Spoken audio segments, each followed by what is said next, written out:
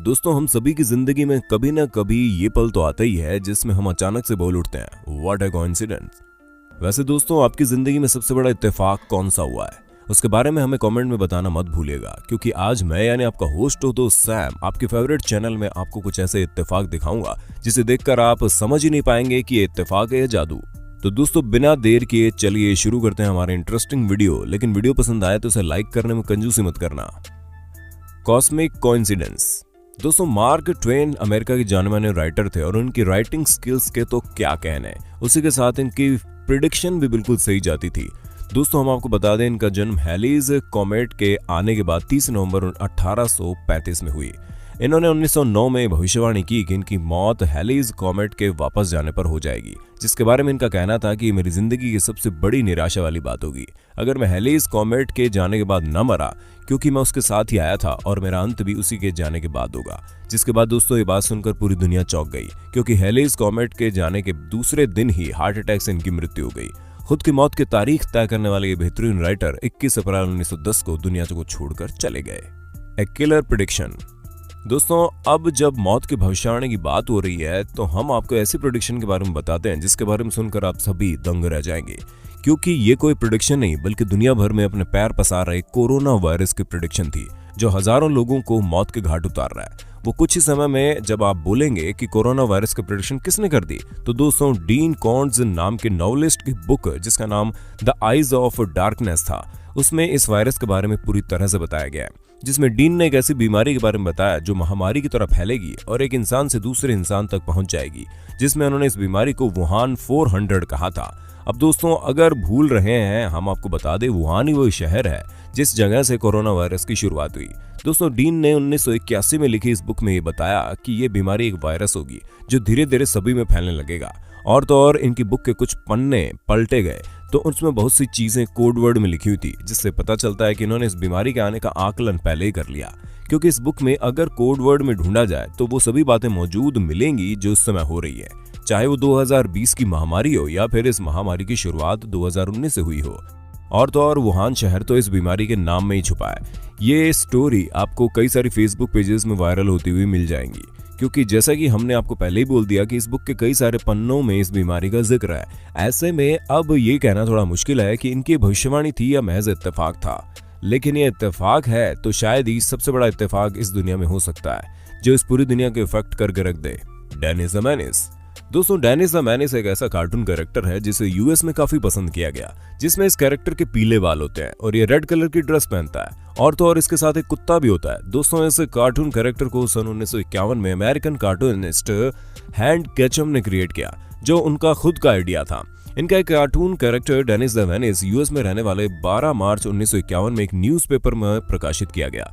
लेकिन दोस्तों किसे पता था कि यूके की फेमस बीनो कॉमिक बुक अपना नया कैरेक्टर ला रही है जिसका नाम भी डेनिस द मेनिस था। इस कैरेक्टर में लड़का ब्लैक लाइनिंग वाली टी शर्ट पहनता है और उसके काले बाल होते हैं। उसके साथ एक कुत्ता भी होता है जो कि यूएस वाले डेनिस द मेनिस से काफी मिलता जुलता है। तो दोस्तों इन दोनों ही कैरेक्टर्स को अलग अलग कार्टूनिस्ट ने क्रिएट किया, लेकिन दोनों में इतनी ज्यादा सिमिलैरिटी है कोई भी इस बात पर यकीन कर सकता है, पर ये दोनों अलग अलग लोगों का दिमाग है। और तो और सबसे चौंकाने वाली बात तो ये है कि दोनों ही कार्टून कैरेक्टर अपनी अपनी जगह पर काफी ज्यादा फेमस हुए और सक्सेस भी। Lucky dollar. अच्छा दोस्तों क्या आप सोलमेट जैसी चीजों पर विश्वास करते हैं? अगर नहीं करते तो इस स्टोरी को सुनने के बाद आपको इस बात पर जरूर विश्वास हो जाएगा, क्योंकि ईस्टर और पॉल एक कपल थे जो एक दूसरे को प्यार करते थे।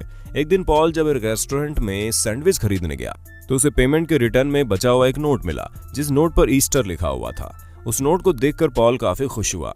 उसने वो नोट ईस्टर को फ्रेम कराकर दे दी, जिसे देखकर ईस्टर काफी खुश हुई। लेकिन दोस्तों जब इन दोनों की शादी हुई तो अचानक से ईस्टर को याद आया कि ये तो वही नोट है जो अपने पहले ब्रेकअप के बाद ईस्टर ने उस शख्स के लिए उस पर अपना नाम लिखा था जिससे वो शादी करना चाहती थी, और आज बिल्कुल वैसा ही हो गया। Perfect timing.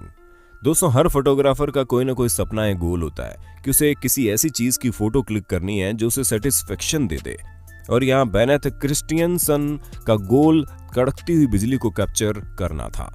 दोस्तों क्रिस्टियन मौके का बहुत दिनों से इंतजार कर रहे थे, लेकिन जब ये एक बार नदी के पास का ब्रिज पार करते हुए जा रहे थे तब इनका इंतजार खत्म हुआ, जहां पर इन्होंने कड़कती हुई बिजली को एक शानदार फोटो खींच ली। लेकिन जब वो उस फोटो को घर लेकर गए तो उनके भाई ने उस फोटो में एक चीज नोटिस की, क्योंकि जिस नदी के पास उन्होंने वो फोटो खींची थी वहां पर कई सारी बोट भी खड़ी थी और एक बोट के आगे बहुत ही शानदार चीज लिखी थी, और वो कुछ और नहीं बल्कि परफेक्ट टाइमिंग थी, जो इन्हें हमेशा ये याद दिलाएगी कि इनकी इस परफेक्ट टाइमिंग की वजह से ये अपना गोल पूरा कर सके। एफिशी प्रेडिकामेंट। दोस्तों एक बात तो हमें माननी पड़ेगी कि बिल्लियों के बिहेवियर का कुछ कहा नहीं जा सकता, वो कब क्या बिहेव कर दे किसी को नहीं पता। ऐसे में दोस्तों तब बात और भी ज्यादा चौंकाने वाली हो जाती है जब बिल्लियां कुछ ऐसा कर जाती है जिसकी कोई उम्मीद भी नहीं होती। अब जैसे कि आप इस कंटेनर को देख लो जो पानी सहित उल्टा गिरा हुआ है, और तो और इसके अंदर फिश भी मौजूद है। अब दोस्तों सबसे बड़ा कोइंसिडेंस क्या हो सकता है? बिल्ली के पूरा फिश कंटेनर गिराने के बावजूद भी फिश और कंटेनर दोनों सही सलामत है। Final resting place. दोस्तों 1914 से लेकर 1918 तक पहले वर्ल्ड वॉर के दौरान लगभग 7 लाख ब्रिटिश सोल्जर मारे गए। दोस्तों ये समय इतिहास के काले अक्षरों में लिखा जाता है, लेकिन दुनिया के इस पहले विश्व युद्ध से जुड़ा एक बेहतरीन कोइंसिडेंस भी हुआ। जी हाँ दोस्तों, बेल्जियम के सेंट सिम्फोरिये नाम के कब्रिस्तान में पहले वर्ल्ड वॉर में मारा गया जॉन पर नाम का एक सोल्जर जो अगस्त 1914 में मरा था, उसकी कब्र और वर्ल्ड वॉर में मारे गए आखिरी सोल्जर जॉर्ज एलिसन जो कि 11 नवंबर 1918 में गए, उनकी कब्र एक दूसरे आमने सामने थी। मतलब आप खुद ही सोचिए इससे ज्यादा बड़ा इत्तेफाक क्या होगा कि 1914 से लेकर 1918 तक का पूरा वर्ल्ड वॉर का इतिहास एक ही कब्रिस्तान में दफन है, वो भी 15 फीट की दूरी पर। Literary luck. दोस्तों अमेरिकन नॉवेलिस्ट एनी पेरिस एक लाइब्रेरी में अपने हस्बैंड के साथ बुक देख रही थी, तभी उन्हें जैक फ्रॉस्ट की स्टोरीज वाली बुक मिली, और तब इन्होंने अपने हस्बैंड को बताया कि जब वो छोटी थी तो उनके पास सेम ऐसी बुक थी जिसमें वो कई सारी कहानियां पढ़ा करती थी। जिसके बाद जब उनके हस्बैंड ने बुक खोलकर देखा तो उस बुक के अंदर एनी पेरिस का नाम और उनके बारे में चीजें लिखी हुई थी, जिसे देखकर उनके हस्बैंड पूरी तरह से दंग रह गए, क्योंकि ये वही बुक थी जो बचपन में एनी पढ़ा करती थी। वैसे दोस्तों क्या आपको कभी अपनी पुरानी चीज इस तरह इत्तेफाक से मिली है? अगर हाँ तो कमेंट बॉक्स में बताना जरूर। Poor Richard Parker. दोस्तों एडगर एलन पोल अपने टाइम के बहुत ही बेहतरीन नॉवेलिस्ट हैं, जिनकी नॉवेल बहुत ही फेमस है जिसका नाम रिचर्ड पार्कर है। इस नॉवेल में उन्होंने 4 व्यक्तियों की कहानी बताई, जिसमें से वो चारों एक आइलैंड में फंस जाते हैं, जिसके बाद काफी दिनों तक खाने के लिए कुछ न होने की वजह से वो डिसाइड करते हैं कि उनमें से किसी एक को बलि का बकरा बनाकर तीनों लोग उसे खाकर अपना पेट भरेंगे, जिससे 4 लोगों के मरने से अच्छा है कि कोई एक मरेगा, जिसका नाम रिचर्ड पार्कर होता है। दोस्तों उसके कुछ सालों बाद 1884 में 4 लोग शिप में से जा रहे थे। उनका शिप एक आइलैंड में फंस जाता है, जिसकी वजह से उनमें से एक व्यक्ति उस नाव में गिर जाता है और बेहोश हो जाता है। जिसके बाद वो तीनों ये डिसाइड करते हैं कि जो व्यक्ति बेहोश हो गया है वो उसे मारकर खा लेंगे ताकि वो तीनों जिंदा रह सके। जिसके बाद जब इस चीज का पता लोगों को चलता है तो उन्हें जेल की सजा सुनाई जाती है। लेकिन सबसे ज्यादा चौंकाने वाली बात तो यह है कि जिस व्यक्ति को उन तीनों व्यक्तियों ने मारकर खाया उसका नाम भी रिचर्ड पार्कर होता है। डॉगी डोपेलगैंगर्स।